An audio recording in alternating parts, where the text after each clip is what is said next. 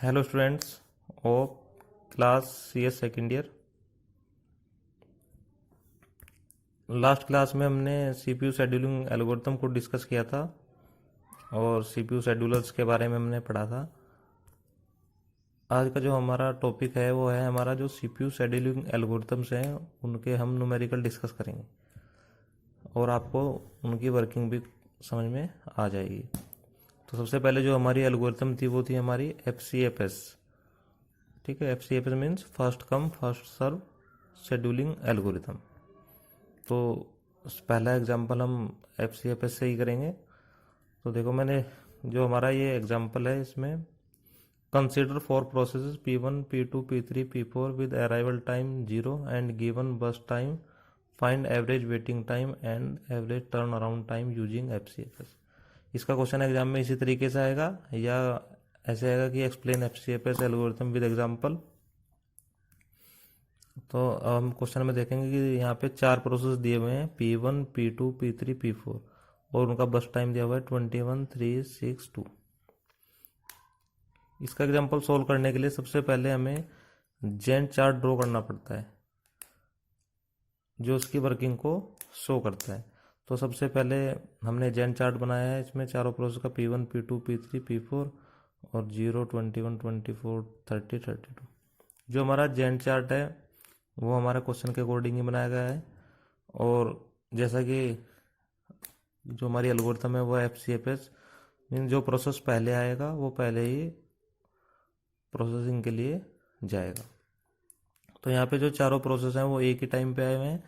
तो हमने सबसे पहले लिया P1 0 से 21, जो बस टाइम है मैंने 21 इसका बस टाइम है, तो उसी में इसका वर्क पूरा हो जाएगा। फिर P2 के लिए 21 से 3 और ऐड कर देंगे तो ये हो जाएगा 24, क्योंकि 21 से 24 तक जो हमारा प्रोसेस कंप्लीट हुआ हुआ है P2।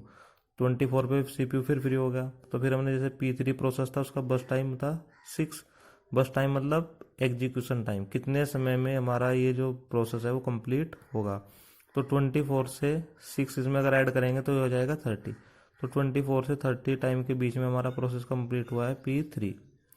और फिर लास्ट वन इज P4 का जो बस टाइम है वो 2 है, तो 30 के बाद वो आया और 32 में वो कंप्लीट हो गया। तो ये सब जो जेन चार्ट है वो इसकी हिस्ट्री को शो कर रहा है कि कैसे कैसे हमारा, या इसकी वर्किंग को शो कर रहा है कि कैसे कैसे हमारे प्रोसेस एग्जीक्यूट हुए हैं। अब बात करें वेटिंग टाइम की, तो वेटिंग टाइम ऑफ P1 को कितना वेट किया। P1 सबसे पहले प्रोसेस जो CPU को P1 को ही मिला था, क्योंकि सबसे पहले P1 ही आया, तो P1 को कोई वेट नहीं करना पड़ा, उसका वेटिंग टाइम हो गया हमारा 0। P2 को वेट करना पड़ा 21, तो उसका वेटिंग टाइम 21।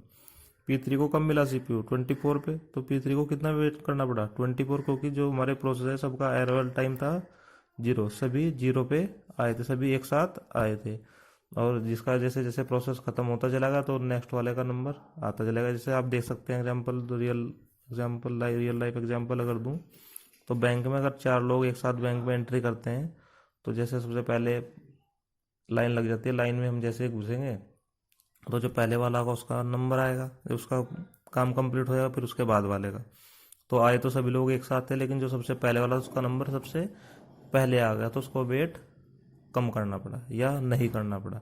उसके बाद जो लाइन में पीछे तक होते हैं सबको वेट करना पड़ता है। तो उसी तरीके से P3 को 24 का, P4 को 30 का।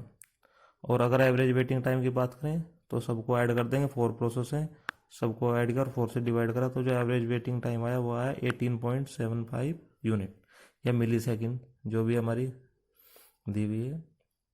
और नेक्स्ट हमें कैलकुलेट करना था इसमें एवरेज टर्न अराउंड टाइम। तो जो टर्न अराउंड टाइम होता है हमारा, उसका फॉर्मूला होता है बस टाइम प्लस वेटिंग टाइम। तो P1 का बस टाइम था 21, वेटिंग टाइम था 0, तो उसको ऐड कर दिया। P2 के लिए ऐसे ही, फिर अगर देखें तो P3 के लिए भी ऐसे ही और P4 के लिए भी ऐसे सबको ऐड कर दिया। और एवरेज का मतलब होता है सभी को ऐड करके 4 से डिवाइड कर दिया, तो इसका एवरेज टर्न अराउंड टाइम जो आया वो है 26.75। जो ये वेटिंग टाइम, एवरेज टर्न, ये सब टर्मिनोलॉजी मैंने लास्ट क्लास में आप लोगों को बताई थी। नेक्स्ट जो एग्जांपल है वो हमारा सेकंड एल्गोरिथम जो हमारी SJFS, shortest job first serve algorithm. तो उसी के बेस्ड हमने सेकंड एग्जांपल लिया है। ये हमारी नॉन प्रिमिटिव का एग्जाम्पल है ये, इसके दोनों एग्जाम्पल मैंने लिए, नॉन प्रिमिटिव से भी और एक प्रिमिटिव से भी। नॉन प्रिमिटिव में क्या होता है कि एक प्रोसेस जब अगर एक बार एग्जीक्यूट होना शुरू हो गया तो उसको हम बीच में रोक नहीं सकते, जबकि प्रिमिटिव में हम उनको बीच में स्टॉप कर सकते हैं और दोबारा रिज्यूम कर सकते हैं। तो सबसे पहले जैंट चार्ट ड्रॉ करा इसका। अब जैसे नाम से क्लियर हो रहा है एल्गोरिथम में कि शॉर्टेस्ट जॉब फर्स्ट सर्व। अब हमारे पास 4 प्रोसेस हैं और जो बस टाइम मतलब एग्जीक्यूशन टाइम, तो जिसका बस टाइम या एग्जीक्यूशन टाइम सबसे कम होगा वो सबसे छोटी जॉब होगी। तो हम तुम्हें सबसे पहले देखेंगे कि सबसे छोटी जॉब कौन सी है, P4 है। तो सबसे पहले एग्जीक्यूशन होगा P4 का 0 से 2।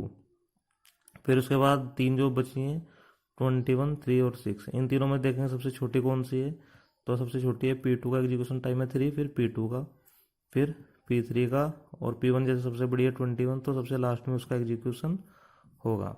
अब सब जब अगर हमारा जेंट चार्ट करेक्टली ड्रॉ हो जाता है तो हमारा न्यूमेरिकल इजीली सॉल्व हो जाएगा। अगर जेंट चार्ट ड्रॉ करने में हमारी कोई मिस्टेक हो जाती है तो हमारा न्यूमेरिकल भी पूरा का पूरा गलत हो जाता है।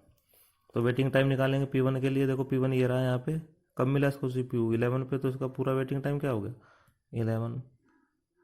P2 के देखें, P2 कब मिला 2 पे, तो इसका 2 हो गया। P3 को कब मिला 5 पे, तो इसका 5 हो गया। P4 को 0 पे मिला था तो इसका वेटिंग टाइम 0 हो गया।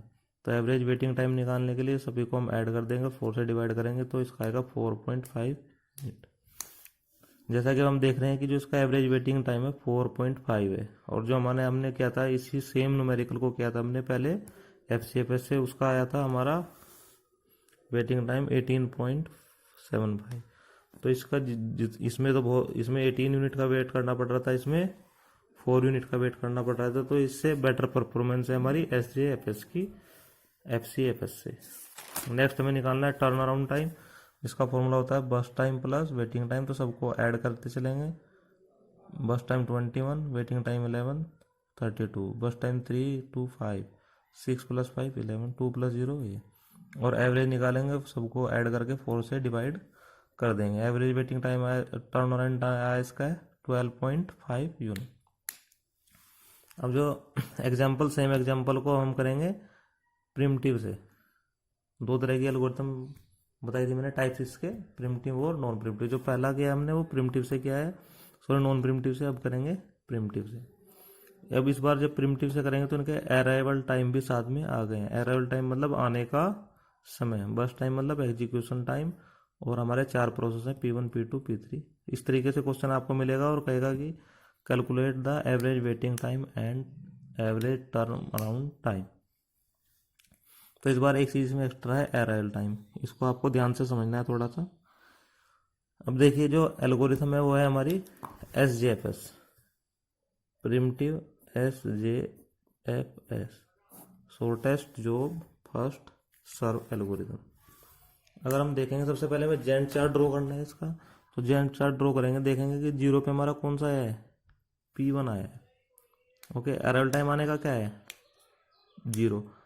तो उस टाइम पे कोई और प्रोसेस हमारे पास नहीं था, जबकि इसका बस टाइम सबसे ज़्यादा है। तो जब दूसरा प्रोसेस हमारे पास कोई नहीं है तो हम सबसे बड़े वाले को भी स्टार्ट करेंगे, क्योंकि अगर कोई, आप देखें अगर आपके पास 4 काम है और 4 में से एक बहुत बड़ा है, लेकिन उस टाइम पे छोटे वाले टास्क हमारे पास आ ही नहीं है, तो हमें जब सिंगल होगा तो उसी को स्टार्ट करना पड़ेगा। तो हमने सबसे पहले 0 से 1 तक P1 को स्टार्ट किया। जैसे ही 1 पे आए तो एक प्रोसेस P2 भी हमारे पास आ गया। तो देखा हमने P2 भी है, जबकि अगर देखें तो शॉर्टेस्ट जो फर्स्ट सर्व पे काम करती है। तो P2 का जो बस टाइम है P1 से बहुत कम है। P1 का एक यहाँ पे हो गया तो बचा 20 और ये 3। तो 20 और 3 में जो छोटा है वो P2 है। तो हमने P2 को दोबारा, अब प्रिमिटिव में यही है कि हम किसी भी जॉब को स्टॉप कर सकते हैं, जब पहले वाला कंप्लीट होगा तो दोबारा उसको रिज्यूम करेंगे। तो फिर P2 को हमने ले लिया, P2 को लिया, 2 पे भी फिर जब 1 से 2 पे पहुंचे तो क्या हुआ कि हमारा P3 भी आ गया। P3 का लेकिन बस टाइम 6 था जो कि P2 से ज़्यादा है, तो इसलिए हमने पहले P2 को ही कंप्लीट किया। फिर P4 आया, P4 का भी क्या था 2 था जो कि P3 से भी कम था। फिर P4 को लिया और फिर P2 को, फिर P3 को, फिर P1। अकॉर्डिंगली हमने ऐसे करते चले गए। अब हम कैलकुलेट करेंगे waiting time for P1। P1 का वेटिंग टाइम देख सकते हैं। P1 का जो देखो, अगर हम P1 की बात करें, P1 एक बार यहाँ पे स्टार्ट हुआ, एक बार यहाँ पे। अगर इसमें देखेंगे तो यहाँ पे तो P1 का कोई भी वेटिंग टाइम नहीं है। स्टार्टिंग में जब आया था 0 पे ही इसको CPU मिल गया था। यहाँ पे इसने अपना 1 यूनिट कंप्लीट किया और बाकी 20 यूनिट इसने यहाँ पे कंप्लीट किए। तो अब देखो यहाँ पे बाद में सब मिला 12 पे, और CPU कब छोड़ा था इसने 1 पे। तो 12 माइनस 1 11, तो 11 यूनिट का इसने वेट करा है। P2 का बात करेंगे तो P2 को 1 पे मिला, आया कब था P2, 1 पे ही आया था, और दोबारा बीच में रुका था फिर यहाँ से। तो P2 दोबारा कब मिला, 5 पे मिला, छोड़ा कब था इसने P3 पे, तो 5 माइनस 3 2 पे। ऐसे P3 की बात करेंगे, P3 को कब मिला है CPU, 6 पे मिला है, और आया कब था ये 2 पे, तो 6 माइनस 2 4। और P4 की अगर बात करें तो P4 एक बार आया था वहीं पे पूरा का पूरा कंप्लीट हो गया था, तो 3 पे आया था, ये 3 पे ही इसको CPU मिल गया, तो 3 माइनस 3 0। अब एवरेज निकालना है तो चारों को ऐड करेंगे और 4 से डिवाइड कर देंगे। ऐसे ही now turn around time for P1, burst time plus waiting time. P2 के लिए भी ऐसे ही, P3 के लिए भी ऐसे ही, और P4 के लिए भी ऐसे ही। अब एवरेज टर्न अराउंड टाइम की बात करें तो सबको ऐड करेंगे और 4 से डिवाइड कर देंगे।